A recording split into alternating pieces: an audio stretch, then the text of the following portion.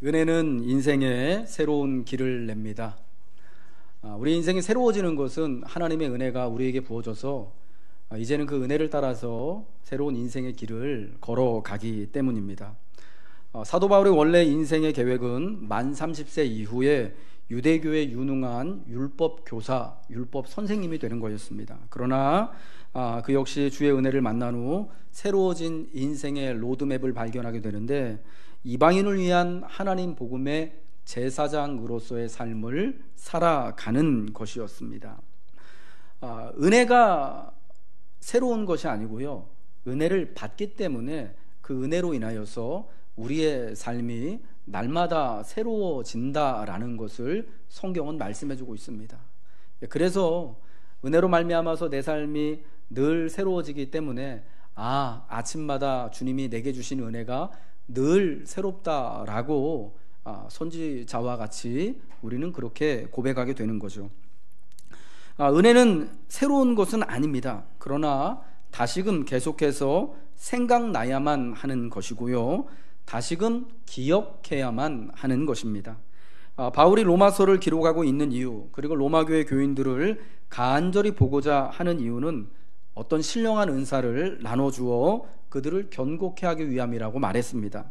그리하여 그의 사모함에 따라 로마서 1장부터 우리가 어제 지난주까지 봤던 15장 13절까지 그가 나눠주고자 하는 그리스도 예수의 복음의 신령한 은사를 말하였습니다. 여러분, 그 복음의 내용을 좀 기억이 나십니까? 의인은 믿음으로 말미암아 산다라는 거죠. 이 땅에 의인은 하나도 없다. 유대인도 헬라 사람도 모두가 다 하나님 앞에 죄인이지만, 그러나 이제 하나님의 놀라운 복음이 예수 그리스도로 말미암아 우리에게 주어져서 죄인인, 그래서 하나님과 갈라섰던 우리 모두가 다 하나님의 자녀가 되는 놀라운 권세를 차별 없이 누릴 수 있게 되었다라는 거였어요. 여러분 또 기억나시는 거 있나요? 네. 성령이 우리의 연약함을 도와주셔서 우리가 마땅히 하나님 앞에 구할 바를 알지 못할 때에도 성령께서 친히 말할 수 없는 탄식으로 우리를 위하여 친히 간구해 주신다 라고 말씀을 했죠. 그리고 우리를 하나님의 사랑에서 끊을 수 있는 것은 세상에 어떤 것도 없다. 기근도, 세상의 위험도, 칼도, 그리고 저 하늘에 있는 천군과 천사도, 어떤 능력이나 보좌나 높음이나 깊음이나 다른 어떤 피조물도 하나님의 사랑에서 우리를 끊을 수 없다라고 말하는 것이 바울이 지금까지 말한 그 복음의 그 신령한 은사, 복음의 능력들이었습니다. 그러나 이 모든 것들은요, 이 모든 예수 그리스도에 대한 복음, 그리고 그가 나눠주고자 하는 이 신령한 은사인 복음에 대한 것들은 사실 새로운 것이 아니에요. 이미 로마교회 교인들이 듣고 알고 믿고 살아가고 있는 것이에요. 그래서 15절에 보면은 내게 주신 은혜로 말미암아 내가 너희에게 더욱 담대히 대략 너희에게 썼다라고 말합니다. 이게 참 재밌잖아요. 내가 복음을 너희에게 하나부터 10까지 자세하게 말한 것이 아니라 대략 썼다라고 말해요. 왜? 이미 잘 알고 있는 내용이기 때문에 그런 것입니다. 바울 사도는 로마 교인들이 스스로 선함이 가득하고 모든 지식이 능히 차서 서로 권하는 자임을 확신하고 있었어요. 그러나 로마서 말씀을 통해 사도가 목적하는 것은 로마 교인들로 하여금 그들이 이미 듣고 알고 믿고 있는 복음을 다시 생각나게 하는 것이에요. 오늘 본문 로마서 15장 15절 말씀을 같이 한번 읽겠습니다. 시작. 그러나 내가 너희로 다시 생각나게 하게 하려고 하나님께서 내게 주신 은혜로 말미암아 더욱 담대히 대략 너희에게 썼다. 로마서 15장 14절 15절 말씀을 보면 로마에는요 이미 교회가 있고 예수님을 잘 알고 잘 믿고 있는 신실한 성도들이 있음을 알고 있어요. 너희가 스스로 선함이 가득하고 모든 지식이 차서 능히 서로 권하는 자임. 내가 이렇게 여러분에게 복음을 말하지 않아도 서로 복음을 또 알려주고 권면하는 것을 알고 있습니다. 그리고 그래서 내가 여러분이 잘 알고 있기 때문에 이 복음을 하나님이 내게 주신 은혜를 따라서 대략, 이건 다가 아니지만 여러분이 잘 알고 있는 바를 중요한 것만 이렇게 해가지고 내가 이야기를 했습니다 라고 말하는 겁니다. 그러니까 바울은요 로마에 한 번도 가보지 않았어요. 지금까지. 그리고 로마의 교회가 어떤지, 로마의 성도들이 어떤지 한 번도 만나본 적이 없는 것입니다. 그런데 그가 알기로는요, 그가 가지고 있는 뭐라 그럴까요? 그 로마 교회와 성도들에 대한 인상은 뭐냐면, 이 로마에 있는 교회와 성도들이 굉장히 좋은 교회고 신실하게 복음을 잘 받들고 서로 잘 섬기는 그런 교회, 주의 일을 위하여서 같이 잘 협력하고 수고할 만한 교회다라는 거예요. 여러분, 그래서 사도 바울이 이 편지를 쓰면서 이제 로마 교회의 도움을 받아서 서바나, 지금의 스페인까지 가서 복음을 전할 계획이 있음을 말할 수 있는 거예요. 그러니까 이 교회에 특별히 자기의 선교 여행에 대한 부탁을 할 수 있을 정도로, 여러분, 그 부탁을 한다라는 것은 그만큼 이 교회가 주의 일에 또 같이 수고하고 협력할 만한 그런 자격도 되고 그런 마음이 있을 만한 것으로 받아들이고 있기 때문에 그런 부탁을 하는 거잖아요. 그럼 여러분이 로마 교회에 대한 그 성도들에 대한 이 좋은 인상을 사도 바울이 어디서 받았을 것 같습니까? 여러분, 우리 녹원교회가 좋은 교회라고 사람들이 입에서 오르내리려면 어떻게 해야 될까요?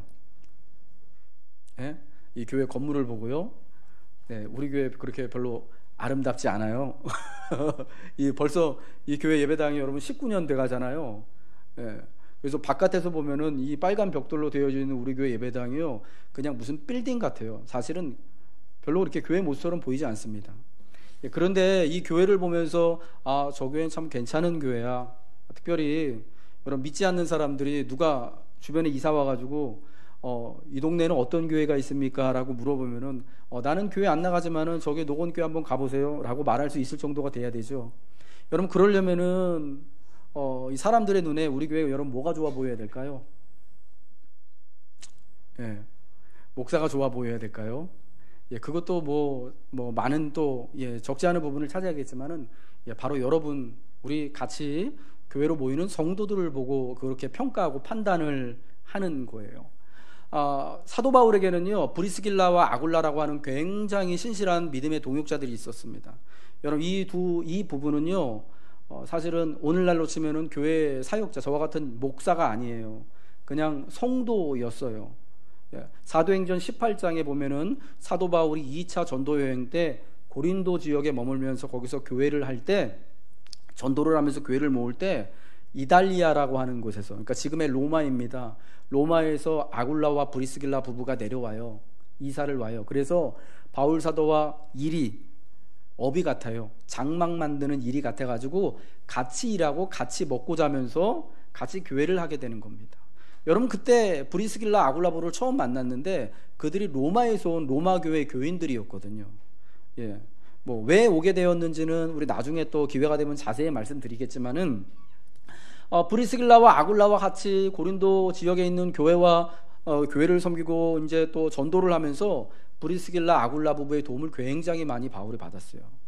그뿐만 아니라 3차 전도여행 때 브리스길라 아굴라 부부가 먼저 에베소에 가서 바울이 올 곳을 준비해주고, 고린도에 있을 때에도 에베소에 있을 때에도 이 부부의 집을 교회 삼아서 바울이 모이고 성도들이 같이 모였거든요. 그러니까 바울에게는요, 굉장히 고마운 성도인 거예요. 자기와 함께 복음을 위해 수고하고 교회를 섬기고, 특별히 바울을 위해서는 자신의 목숨뿐만 아니라 또 재산과 집까지도 모든 것을 다 같이 복음과 함께 공유할 수 있는 그런 신실한 사람이에요. 뿐만 아니라 믿음에 있어서 또 신실하고 헌신될 뿐만 아니라 자신은 하나님의 말씀에 있어서도, 복음의 이해에 있어서도요, 어떤 사도 못지않게, 어떤 목사나 교사 못지않게 탁월한 사람들이었습니다. 이 바울이 잠깐 고린도 교회를 떠나 있을 때요, 고린도에 누가 오냐면 아볼로라고 하는 그리스도인이 도착을 합니다. 여러분 아시죠? 아볼로.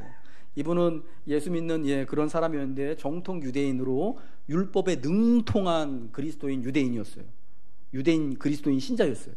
근데 아볼로가 와가지고 고린도에서 사람들을 만나고 사람들에게 하나님 말씀을 가르치고 예수의 복음을 전하는데, 성경에 보니까 그 사도행전 18장에 보니까 요한의 세례만 알았대요. 그러니까 브리스길라 아굴라 부부가 그것을 보고 이 아볼로를요, 자기 집으로 데려다가 주의 도에 대해서 더 자세히 가르쳐 줍니다. 여러분 그런 걸 보면요, 브리스길라 아굴라 부부가요, 아볼로와 같은 굉장히 탁월한 율법 교사, 말씀의 선생님도 복음으로 잘 이렇게 코칭해 줄 수 있을 만큼의 말씀에 있어서도 탁월한 사람, 신앙에 있어서도 영성이 탁월한 여러분 그런 신실한 사람, 믿을 만한 사람인 거예요. 여러분 그러니까 바울이요, 이 두 부부를 통해서 로마 교회에 대한 소식을 듣고 로마의 신자들, 로마의 성도들에 대한 어떤 좋은 인상을 받지 않겠습니까? 그러니까 로마 교회는요, 굉장히 바울이 볼 때 브리스길라와 아굴라와 같은 사람이 있는 걸 보니까 이 교회의 성도들은 진짜 스스로 선함이 가득하고 모든 지식이 정말 아굴라처럼 브리스길라처럼 충만해서 서로 권할 수 있는 자들이 많이 있겠구나. 그럼 정말 복음의 일을 위하여서 같이 협력하고 수고하고 자신을 받아줄 만한 그런 교회겠구나라는 이런 마음을 갖지 않겠습니까? 제가 지금 말씀드리고자 하는 건요, 우리가 여러분 그런 성도님들 되라는 말씀인데 그건 중요한 건 아니고요. 여기서는 중요한 건 아니고, 여러분 로마에는요, 그 당시 제국의 심장이었던 로마에는 이미 교회가 있었다라는 거예요. 이미 아굴라와 브리스길라와 같은 어떻게 보면 정말 하나님 말씀에 있어서도 복음에 있어서도 탁월하고 신실한 성도들이 있었다라는 거예요. 로마 교회가 언제 누구에 의해서 시작됐는지는 우리가 쉽게 말할 수 있는 뭐는 아닙니다. 저 카톨릭 전통에 의하면은 로마 교회는 베드로 사도가 세웠다라고 이야기를 합니다. 왜냐하면 베드로가 거기서 순교를 당하고 또 이 로마 교황이라고, 로마 교회에서 카톨릭에서 제일 이제 수장되는 분이 이 베드로의 이제 후계자라고 이렇게 자칭 이렇게 주장을 하잖아요. 그래서 로마 교회가 베드로 사도에 의해서 시작됐다라고 말하는데, 베드로 사도 역시 로마 교회와 관련이 있고 오고 가면서 복음을 가르치고는 했겠지만은 사실은 그건 아무도 잘 모르는 정확하지 않은 것입니다. 그런데 우리가 이렇게 추측은 해볼 수가 있어요. 예루살렘 교회 스데반 집사의 순교 이후에 박해가 일어나잖아요. 그래서 예수 믿는 그리스도인들이 예루살렘을 떠나서 안디옥에 이르게 되죠. 그래서 거기서 처음 이방인 교회인 안디옥 교회가 시작되어지고 거기서 예수 믿는 사람들을 그리스도인들이라고 처음 불리게 됩니다. 근데 여러분, 이방인 지역에 세워진 첫 교회가 안디옥 교회이지만 그 당시에 안디옥에만 이방인들이 모이는 교회가 있었던 게 아니에요. 안디옥까지 갔던 사람들 중에 또 안디옥에만 이 그리스도인들이 간 게 아니라요, 더 멀리, 그 당시로 하면 정말 땅끝이죠. 저 로마에까지 가서 거기서도 거기 살고 있는 유대인들에게 먼저 복음을 전하고, 유대인과 이방인들, 로마 사람들이 같이 모이는 교회가 이미 그 당시에 사도 바울이요, 회심하기 전에 이미 거기서 교회가 시작이 되어지고 있었던 거예요. 그래서 바울 사도와 같이 여기저기 전도 여행하면서 순회하면서 전도하고 복음을 가르쳤던 선생님들이 오고 가면서 하나님 말씀을 가르치고 그리스도 예수에 대한 복음을 전하면서 거기에 교회가 세워지고 브리스길라와 아굴라와 같은 신실한 믿음의 성도들, 신뢰할 만한, 함께 수고할 만한 사람들도 많이 일어나게 됐다라는 거예요. 여러분 그러니까 그분들이 복음의 내용에 대해서 이미 여러분 너무나 잘 알고 있었겠죠.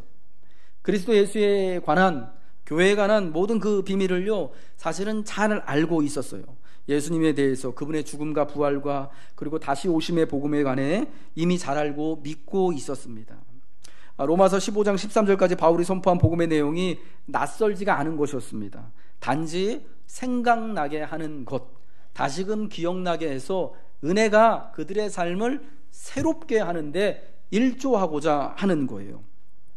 하나님의 은혜는 날마다 새롭게 믿는 우리들에게 임합니다. 그런다고 해서 어제 받은 은혜, 그제 받은 은혜가 오늘 내가 받을 은혜하고 다른 게 아니에요. 늘 똑같은 은혜는 여러분 한결같은 것입니다. 예레미야 선지자가 고백하듯 주의 은혜와 성실은 우리들에게 아침마다 새롭게 임해요. 그런데 내용이 완전히 새롭기 때문에 새로운 것이 아닙니다. 이전부터 같은 것이지만 다만 오늘 그 은혜를 받는 나의 심령이 은혜로 말미암아 새로워지기 때문에 은혜가 아침마다 새로워진다라고 우리는 그렇게 고백하는 거예요. 우리 한번 성경 말씀 예레미야 애가 3장 22절부터 33절 말씀 우리 화면을 보면서 같이 한번 읽겠습니다. 시작. 여호와의 인자와 긍휼이 무궁하심으로 우리가 진멸되지 아니함이니이다. 이것들이 아침마다 새로우니 성실하심이 크시도소이다. 내 심령에 이르기를 여호와는 나의 기업이시니 그러므로 내가 그를 바라리라 하도다. 기다리는 자들에게나 구하는 영혼들에게 여호와는 선하시도다. 사람이 여호와의 구원을 바라고 잠잠히 기다림이 좋도다. 주께서 인생으로 고생하게 하시며 근심하게 하심은 본심이 아니시로다. 하나님의 은혜가 우리에게 아침마다 새로운 은혜, 이유가 뭐냐? 은혜로 인하여서 나의 심령이, 나의 삶이 새로워지기 때문입니다. 여러분, 예레미야 애가는요, 예레미야 선지자가 지은 노래예요. 애가라고 부른 것처럼 비탄한 노래예요. 슬픈 노래예요. 나라가 멸망을 당하고 굉장히 많은 유대인 형제들이 이곳저곳으로 붙잡혀가고 포로로 사로잡혀가고 많은 사람들이 전쟁과 그 위협을 피해서 여기저기로 도피를 한 거예요. 여러분, 그래서 그 당시에도요, 저 멀리 로마에까지 가서 유대인들이 살게 되었던 이유가 뭐냐면, 거기도 교회가 세워졌던 이유가 뭐냐면요, 주전 586년에 예루살렘이 멸망할 때요, 유대인들 중에 되게 많은 사람들이 천지사방으로 흩어졌는데 그 중에 일부가 그 당시에는 로마로 불리지 않았겠죠. 그 끝에까지 가서 정착하고 살았던 거예요. 전쟁을 피해서. 어떤 사람은 팔려가서 포로로 팔려갔다가 팔렸다가 거기까지 가고, 어떤 사람은 진짜 저 바벨론 군대 도망치듯 가다가 이집트 넘어서 지중해 넘어서 로마까지 가서 거기까지 가서 산 거죠. 여러분, 그 와중에 하나님이 선하시다라고 고백하는 게 여러분, 이게 너무 희한한 거잖아요. 사람이 여호와의 구원을 바라고 잠잠히 기다림이 좋도다. 하나님, 내가 이런 어려움 가운데, 엄중한 상황 가운데 있지만 하나님의 구원을 바라고 잠잠히 기다리니까 나는 복된 사람입니다 라고 말하는 거예요. 왜요? 하나님의 은혜가 내 심령에 임하니까 내 삶이 새로워지고 이런 마음이 새로워지게 되는 거죠. 그래서 비록 나라가 망하고 이 포로와 같은 신분으로 여기저기 흩어져 사는 그런 비운의 삶, 비탄의 삶을 살더라도 하나님의 은혜가 주어지면은 은혜로 말미암아 내 심령이, 내 삶이 새로워지기 때문에 다시금 삶에 희망이 있는 거잖아요. 그래서 하나님 은혜가 나를 새롭게 합니다 라고 그렇게 고백하는 거예요. 하나님이 사랑하는 우리 성도 여러분들, 하나님의 신실하신 변함없는 은혜 가운데 우리는 이미 살아가고 있잖아요. 우리는 그래서 새로운 은혜를 추구하고 새로운 복음을 배우는 것이 아닙니다. 이미 받고 알고 믿고 있는 예수 그리스도 복음에 관한 은혜를 날마다, 우리가 매 아침마다, 매 주일마다 새로운 마음과 심령으로 우리가 믿고 고백하고 우리 안으로 받아들이는 거예요. 은혜가 내게 임하여서 내 심령이 새로워지는 것이 중요합니다. 은혜는 여러분을 새롭게 하는 겁니다. 우리 한번 따라하겠습니다. 은혜는 나를 새롭게 한다.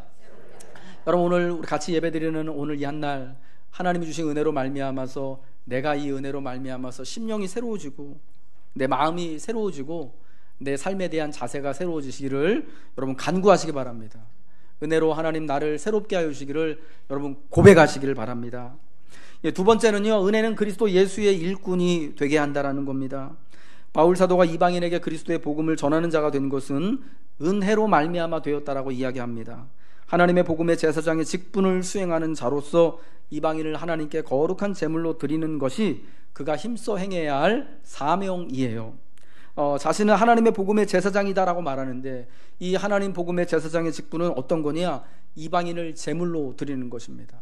이방인을 제물로 드리는 것이 옛적에 구약시대 제사 드리는 것처럼 소나 양이나 염소나 혹은 비둘기를 죽여서 가져와서 껍질은 벗기고 그거를 번제와 같이 한꺼번에 태워드리는 이런 거가 아니라, 오늘 이제 복음을 통하여서 본 이방인을 제물로 드리는 것은요, 이방인, 즉 하나님을 모르는 사람들, 하나님과 예수 그리스도에 대한 소식을 듣긴 들었지만 믿음이 없는 사람들에게 가서 복음을 이야기하고 그들도 우리와 같이, 자신과 같이 하나님을 믿고 경배하도록 하는 것이 이방인을 하나님 앞에 제물로 드리는 하나님 복음의 제사장 사명이다라고 이야기하고 있어요. 여러분, 이 복음의 제사장의 사명을 감당하기 위해서요, 사도 바울은요, 전도에 굉장한 열정을 품고 있었습니다. 여러분, 우리 모두가 다 전도에 대한 의무감을 가지고 있습니다. 그런데 여러분, 전도는요, 의무를 뛰어넘는 거예요. 믿음에 대한 열정에서, 의무를 뛰어넘는 믿음에 대한 열정에서 그것이 나올 때에만 우리가 주를 위하여서 제사장 직분, 바위와 같은 복음의 제사장 직분을 감당하는 것입니다. 여러분, 이때 여러분이 아마 저에게 이렇게 물어볼지도 몰라요. 바울은 사도니까, 여기저기 전도하면서 다니면서 전도해야 되는 사도니까 복음의 제사장 직분이 있는 거지, 목사님 저희는 그런 사도가 아니잖아요, 목사님처럼 그렇게 해야 되는 사람이 아니잖아요 라고 질문할지 모르겠습니다. 그런데 여러분, 성경은요, 사도건, 목사건, 교사건, 어떤 직분자이건 간에 다 우리가 하나님의 제사장이다라고 말합니다. 이건 여러분, 신약교회의 굉장히 중요한 두 명의 사도가 다 똑같이 이야기하는 거예요. 로마서 12장 1절에 사도 바울이 뭐라 그랬습니까? 한번 찾아볼까요? 뭐라고 이야기하죠? 12장 1절. 찾으셨나요? 같이 읽겠습니다. 시작. 그러므로 형제들아, 내가 하나님의 모든 자비하심으로 너희를 권하노니 너희 몸을 하나님이 기뻐하신 거룩한 산 제물로 드리라. 이는 너희가 드릴 영적 예배니라. 너희 자신을 하나님이 기뻐하시는 거룩한 산 제물로 드려라. 이게 너희가 드릴 영적 예배니라 합니다. 산 제물로 우리를 드리래요. 여러분, 누가 이 제물을 드릴 수 있는 겁니까? 네? 우리 구약적으로 한다면은 제사장이 제사하는 거잖아요. 제사장이 제물을 드리는 거잖아요. 그러니까 우리가 이 표현에 의하면 어떤 거예요? 우리가 제사장인 거예요. 우리가 드려야 될 제물은 뭡니까? 그런데 우리 자신인 거예요. 그게 영적인 예배래요. 우리가 제사장이라고 말하고 있는 겁니다. 여러분, 이것은 베드로 사도도 똑같아요. 여러분 너무 잘 아는 베드로전서 2장 9절 말씀. 너는 택한 뭐요? 족속이고 왕같은 제사장이고 거룩한 나라고 그의 소유된 백성이니 쭉 나오잖아요. 거기서도 역시 우리가 왕같은 제사장이다라고 말씀을 하는 거예요. 여러분, 이러한 의무가, 이러한 분명한 부르심이 우리에게 있음을 여러분 믿으시기 바랍니다. 그래서 우리가요, 그저 이것이 의무가 아닌 그런 정말 분명한 확신과 열정 가운데서 같이 거룩한 제사장으로서의 삶을 살아서 우리 자신도 하나님 앞에 나 자신을 거룩한 산 제물로 드리고, 또한 아직 믿지 않는 사람들, 복음은 들었지만 그러나 믿음이 없는 자들의 일도 역시 하나님께로 인도하기 위한 그런 삶을 열정적으로 살아가야 한다라는 것입니다. 여러분, 이 사역을 감당하기 위해서는요, 확실한 타겟팅이 필요합니다. 확실한 목표 설정이 필요하다라는 겁니다. 오늘 사도 바울은 19절부터 20절 말씀해 보니까 자기가 이방인을 위한 하나님 복음의 제사장으로서 사역을 하는데, 삶을 사는데 분명한 타겟팅을 하고 있는 걸 봅니다. 분명한 목표를 설정하고 있는 걸 봅니다. 19절과 20절에 보니까요, 표적과 기사의 능력으로, 성령의 능력으로 이루어졌으며 그리하여 내가 예루살렘으로부터 두루 행하여 일루리곤까지 그리스도의 복음을 편만하게 전했다. 자기가 복음을 예루살렘으로부터 일루리곤까지 편만하게 전했대요.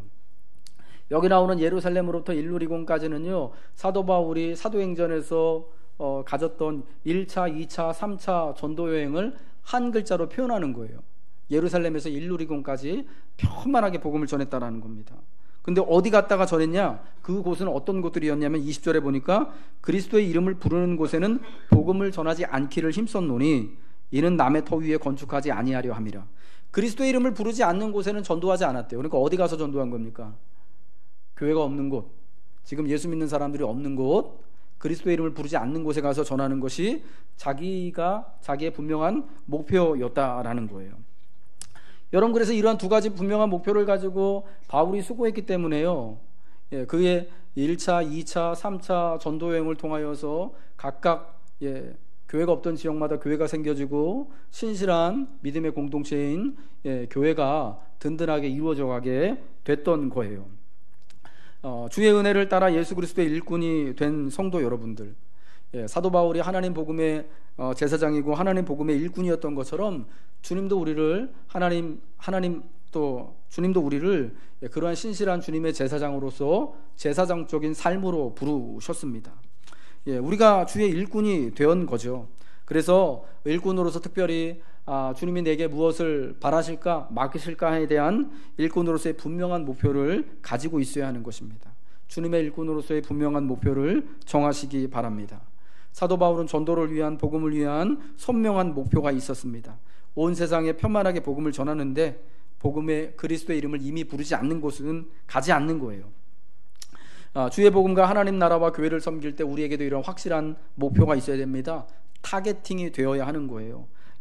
향방 없이 아무데나 가가지고 그냥 열심히 힘쏟고 애를 쏟는 게 아니에요.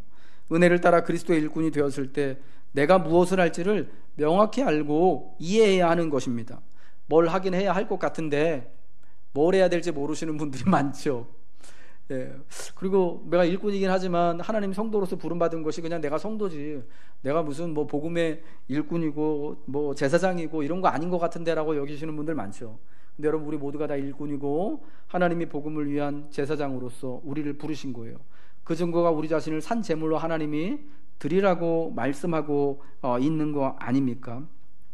일꾼이 무엇을 해야 하는지를 잘 모른다면, 일꾼이면서 하나님 나라에서 확실히 수고하는 일이 없다면 안 되는 거예요. 결국 그렇게 되면은 내게 주신 은혜를 기억하는 것을 잊게 됩니다. 은혜를 망각하게 되어져 버리는 겁니다. 2020년도에 여러분의 일꾼으로서의 역할이 저는 더욱 선명해지기를 축원합니다. 교회를 통한 봉사의 자리, 직분의 자리, 특별히 교회가 필요로 하는 곳마다 여러분, 내가 거기서 일꾼 되어지기를, 일꾼으로 특별히 분명한 자리에서 또 수고해 주시기를 부탁을 드립니다. 뿐만 아니라 우리의 삶의 자리에서 내 삶의 자리가 또 주께서 부르신 일꾼의 자리임을 알아서 거기서도 선명한 목표를 가지고, 목적을 가지고 수고하시기를 부탁드립니다. 은혜를 받았다는 것은요, 이렇듯 은혜를 따라 살아간다라는 의미잖아요. 은혜를 따라 수고한다라는 거잖아요. 사도 바울이요, 이렇게 말합니다. 그가 복음을 이야기할 때 말과 행위로만 아니라 표적과 기사와 능력으로, 성령의 능력으로 이루어졌다라고 말합니다. 18절과 19절 말씀이죠. 그리스도께서 이방인들을 순종하게 하기 위하여 나를 통하여 역사하신 것 외에는 내가 감히 말하지 아니하노라 하면서 그 일은 말과 행위로, 표적과 기사의 능력으로, 성령의 능력으로 이루어졌다라고 말합니다. 복음을 위한 일꾼, 이방을 위한 제사장의 삶을 사는 것이 이와 같은 능력으로 된 건데, 이걸 어떻게 보냐면요, 성령의 능력 안에서 이 일을 감당하기 위해서 말과 행위로 표적과 기사가 나타났습니다 라고 이해하는 것이 좋아요. 그런데 이 복음의 능력이 나타난 그 맨 앞에 말과 행위로가 먼저 나와요. 표적과 기사보다. 여러분, 말과 행위로 성령의 능력 안에서 수고했다라는 건 뭐냐면요, 바울 사도가 전하는 복음이요, 그냥 말로만 단순히 입술의 증거로만 그친 것이 아니라 삶이 같이 묻어나게 된 거였다라는 겁니다. 바울이 증거하는 입술에 대한 복음의 증거뿐만 아니라 그가 직접 그 전도의 현장에서, 복음의 현장에서 수고하고 애쓰며 교회를 섬기고 신실하게 살아가는 그 모습을 보면서 이방인들이, 하나님을 모르는 사람들이, 이미 복음을 듣고도 하나님을 믿지 않고 그리스도 예수를 영접하지 않는 사람들이, 야, 저와 같이 사도가 하는 것을 보면, 저런 행동을 보고 말하는 것을 보면 진짜구나 라고 하고 복음을 받아들이게 되었다라는 것입니다. 여러분, 은혜를 받아들였다라는 것은요, 은혜를 따라 살아간다라는 거예요. 단순히 말만 하는 게 아니라 우리의 삶이요, 우리가 일꾼 되어지는 것이 말과 행위로 같이 수고하게 되어지는 거예요. 여러분, 그때 하나님이 도우시는 표적과 기사가 성령의 능력 안에서 나타나게 되는 거예요. 은혜를 따라 살아갈 때 우리는 세상에 대해, 인생에 대해 담대해질 수 있는 거예요. 애가를 불렀던 예레미야 선지자가요, 그렇듯 이 애가의 내용을 통하여서 담대히, 하나님의 은혜가 내게 아침마다 너무 새롭습니다.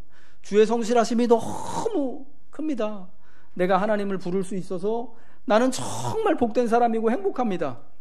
여러분, 그 사람이 솔직히 우리 기준으로 보면 뭐가 행복해요? 하나님 뜻 전한다고 자기 민족들, 동포들한테 미움받죠. 나라가 망하기 전에는. 그래서 죽을 뻔 하잖아요. 감옥에 갇혀서 맞아 죽을 뻔한 거를 왕이 건져주잖아요. 그리고 나라가 망한 다음에 어떻게 됩니까? 자기가 마음 놓고 살아갈 곳이 없잖아요. 바벨론 왕이요, 예레미야 선지자한테 되게 큰 호의를 베풀어 줬었어요. 야, 네가 우리를 위하여서 좋은 얘기 해줬으니까 너 살고 싶은 데 가서 살아라.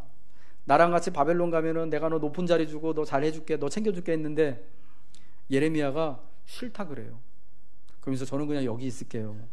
그래서 망가진, 무너진 예루살렘에 살기로 결정을 하는데, 여러분 예루살렘에 못 살아요.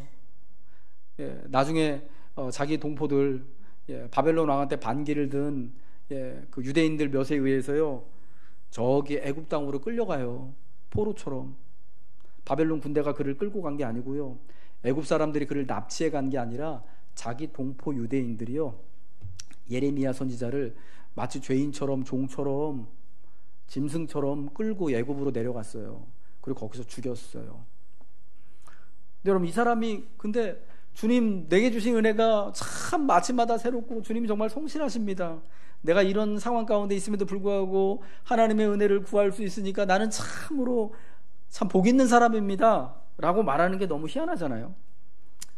근데 여러분, 왜 그럴 수 있는 겁니까? 은혜를 받았기 때문이죠.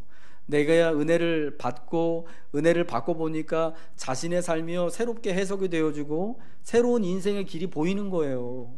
그 길은 사실은 누구도 가고 싶어하는 길은 아니에요. 수고하고 싶어하는 길은 아니지만 은혜를 따라 보게 되니까, 은혜를 따라 발견하게 되니까, 아, 정말 저 길 끝에 놀라운 축복과 위로가 있는 것을 발견하는 거예요. 깨닫는 거예요.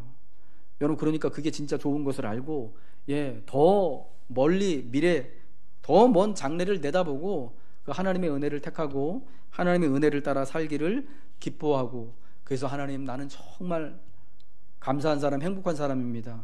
하나님의 은혜가 진짜 나한테 아침마다 새로워 주셔서 하나님의 성실이 진짜 큽니다 라고 그렇게 고백을 하게 되는 거예요. 은혜를 주시는 하나님께서 아침마다 새롭게 동행하심을 우리는 경험해야 합니다. 주의 은혜를 따라 살아가며, 은혜를 따라 수고하며, 은혜를 따라 하나님 나라의 택한 족속, 왕같은 제사장의 직분이 여러분에게 있습니다. 저에게 있습니다.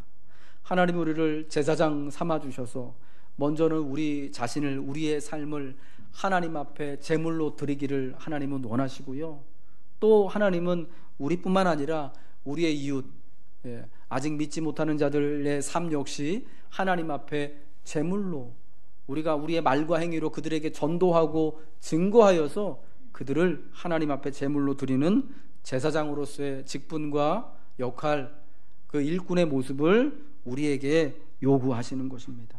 하나님이 사랑하는 성도 여러분, 이러한 또 우리의 부르심과 우리의 일꾼으로서의 역할, 은혜를 따라갈 때만 우리는 감당할 수 있음을 믿으시길 바랍니다.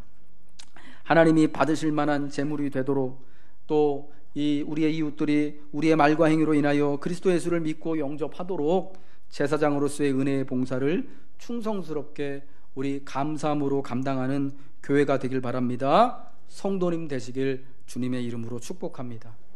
은혜는 우리를 새롭게 하고요, 은혜는 우리의 인생길을 다시금 새롭게 해석해 주셔서 그 길을 주와 함께 더불어 다음 대에 걸어갈 수 있는 동력이 될 줄로 믿습니다.